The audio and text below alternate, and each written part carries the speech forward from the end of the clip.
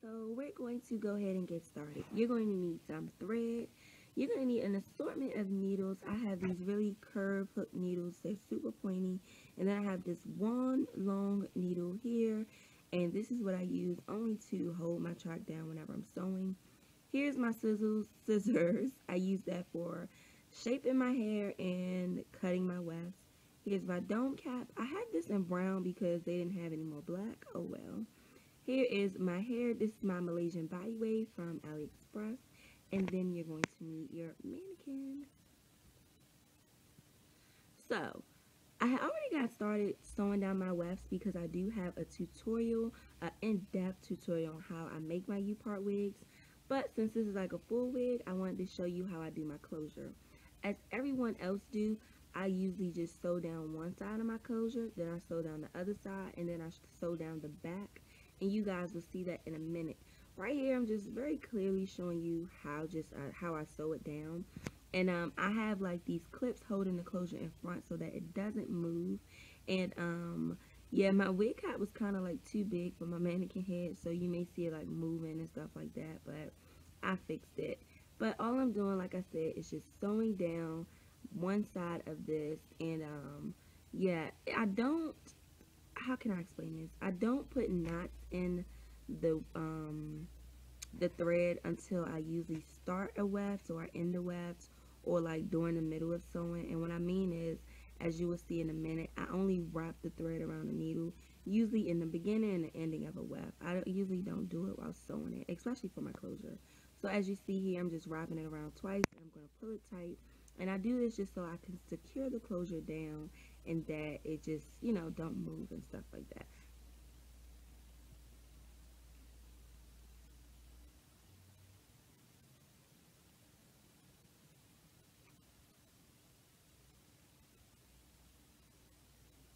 You will see here I'm going to adjust my wig cap so that it doesn't look like everything is like scrunching up, because it's not. And so yeah, I just adjusted it. You can see there that needle that I showed you guys in the beginning. As I told you, I just use it to hold down my tracks. And now, since I'm done sewing on this side, I'm going to connect it to the back. So I'm not going to cut my weft and start all over again. I'm just going to go ahead and connect it to the back, as you can see. And that's just it. I'm going to wrap it around.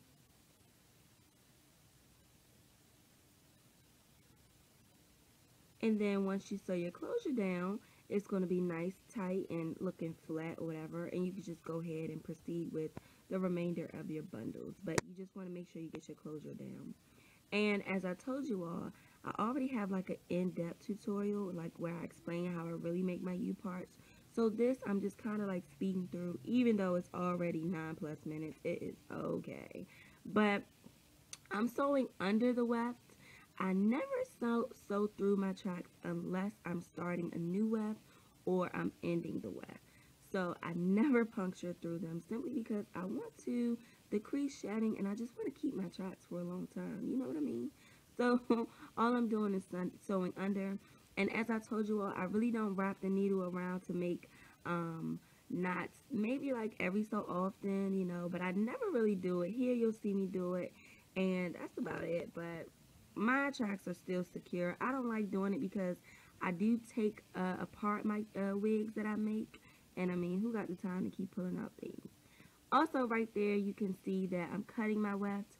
Usually when I get to the top of my head, I never fold over my weft because I don't like it to be super bulky. So throughout like sewing, I always fold over my wefts, but once I get to the top, I start to cut them, and I just start to single sew them down.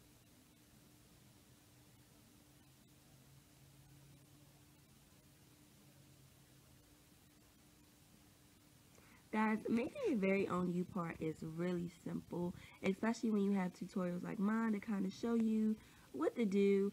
And once you start to make your own U-parts, it becomes even simpler to do it into your hair. So it's so simple. I hope that you guys can kind of learn how to make your own U-part using this tutorial and also my other tutorials. I'm going to link mine in the description box on how I make my in-depth U-part. But yeah, it's the same concept, same thing. And as you can see, I'm taking that needle and I'm just like placing it through on my weft, just so I can keep my weft still as I sew through.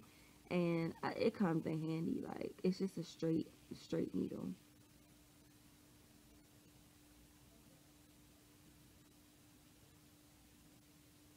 Also on this side, this is the last weft I'm going to put over here.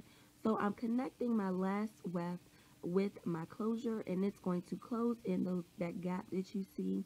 You will see it right now. I'm just closing it in, and when I get to the top, I still do the same thing, because you don't want holes in your U-part, especially since I have a brown cap that I'm using. You don't want that visible. So I sew my tracks close together, and I also sew my last track with my closure, if that makes any sense. You're going to see that in the next clip.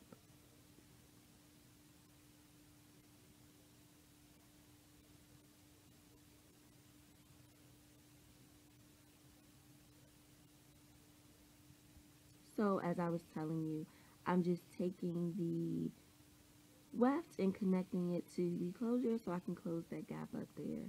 It is so simple. Like, it's so simple, guys.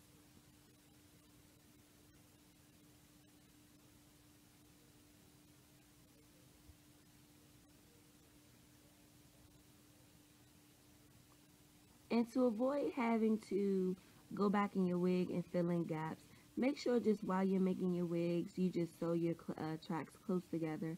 That's also just going to give you a very full, voluminous look. You can work from bottom to top or top to bottom, but just make sure that you just sew them close together so you don't have to go back. And all I'm doing now is I'm done with my wig, so I'm just brushing it, just to, I guess make it look nice and neat, I guess. But now what I'm going to do is cut out that fabric from my closure, because I don't need that, honey. Like, that can just go. So all I'm doing is cutting that.